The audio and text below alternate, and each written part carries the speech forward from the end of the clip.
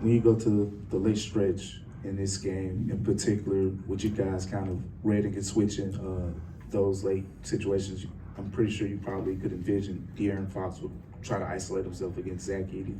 Just kind of what went into the decision in that situation to kind of, allow those two to kind of play on the island. I thought Zach actually did a pretty good job on the drives. I mean, it's the 3-point foul. Go back and watch the film. I thought, Zach has been showing us signs in his development, getting better and reds and all that. We had to change some matchups. We played so many different lineups tonight trying to, figure out combination. I thought the switching was good for us.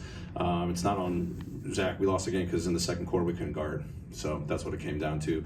End of game, credit Fox, big time player, tried to get the ball out of his hands twice in a row. He rejected, hit a tough step back. That's what he does.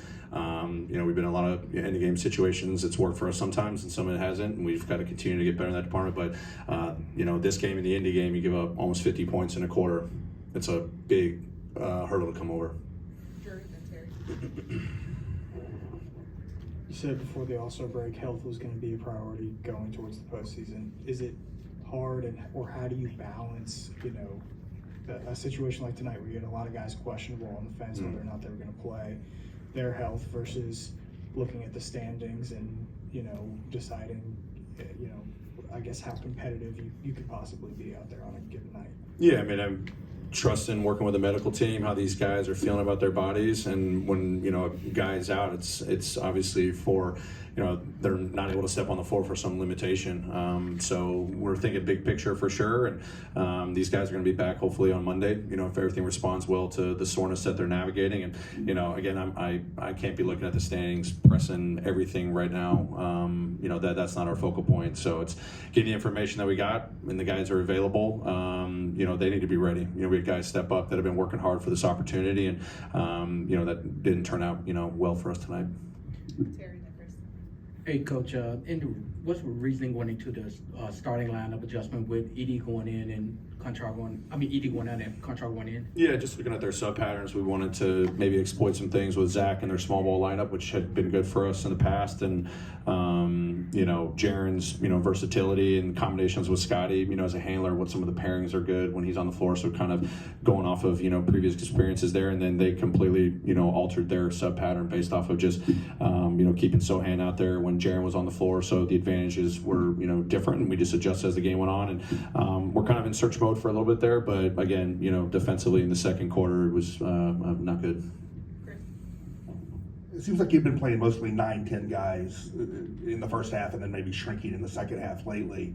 This game, 4 of your main guys out, 11, through the beginning of the second quarter. Why expand the rotation instead of contract it when you're missing guys? Yeah, I mean, it's a tough decision. I mean, second night of a back-to-back, trying to have juice, and we've been playing guys heavy minutes and wanted to see some opportunities out of guys that have been working to stay ready. Jitty's always, he's been a guy that's been out of the rotation, steps in the starting lineup, or J Huff's been working behind the scenes. I've been seeing what Lamar's been doing. Cam's been playing well in the G League, and, wanted to lead and see if we could find a spark and see who was going to play well tonight, knowing that we had a lot of guys out and trying to figure out what combinations. It was a difficult decision, and then obviously, I found a group that was, playing well, and it got us back in that, third quarter and fourth quarter, and obviously it was a little bit too late.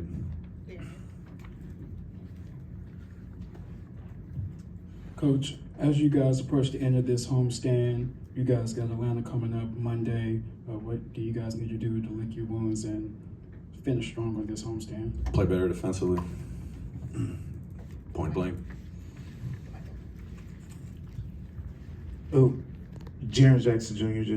What did you think of his performance today with the way, I don't think I've seen you play him the entire quarter like you did in that third quarter, which is what went into that. Just what did you think of his performance? I mean, he led our charge in the third quarter. Block shots, and I don't think we converted on some of his unbelievable, defensive plays there. He was just in a groove. I thought all night, they were throwing physicality, shifts on him, and, he's playing in tight spaces at times, made some shots, missed some shots, but that groove that he was playing in the third quarter I thought was high level, knocking down threes, getting to the free throw line, finishing, what he was doing defensively, quarterbacking, communicating. It was great to see. So had to kind of read the room tonight and see what was working for us, and being down, I think we were like 19 at halftime, and got to within, I think a couple possession game there in that third quarter, and he was a huge reason why. So I wanted to write that as much as possible to keep his rhythm. You mentioned the defense. Early in the season, you spent a big chunk as a top 5 defensive team. In your opinion, where has the slippage sort of occurred over the last few weeks? A lot of things. It's urgency. It's undisciplined in our transition habits. Point of attack defense, we're retreat mode too much. We got to be more physical on the ball. We got to be trusting our shift guys. Our shift guys aren't always there. We're leaving guys on islands, and then the rebounding is, a huge weakness. So this is all things that we're fully capable of doing if we're committed to it. So I'm challenging the guys that this can't be the case. We're going to have our, off moments throughout a game. Miss a coverage here and there. That's part of the game. I'm not seeking perfection. I'm seeking progress when it comes to those areas. But, in all 3 of our Ps, it's how are we slowing teams down without giving them numbers, and then how are we taking away the space with more physicality on the ball and activity off the ball, and can we find a way to rebound, win the possessions, and take that away. So we've definitely got areas to improve in all 3 of those. Last question, Terry. Hey, Coach, what was the explanation given to you why Kennard got the second technical? Because he seemed like he was even shocked that he got the second technical. Yeah, forceful throw to the stanchion. I have to go back and watch the film. I haven't seen it, so that was the explanation. So I was surprised myself. Thank you, Coach. Thanks everybody.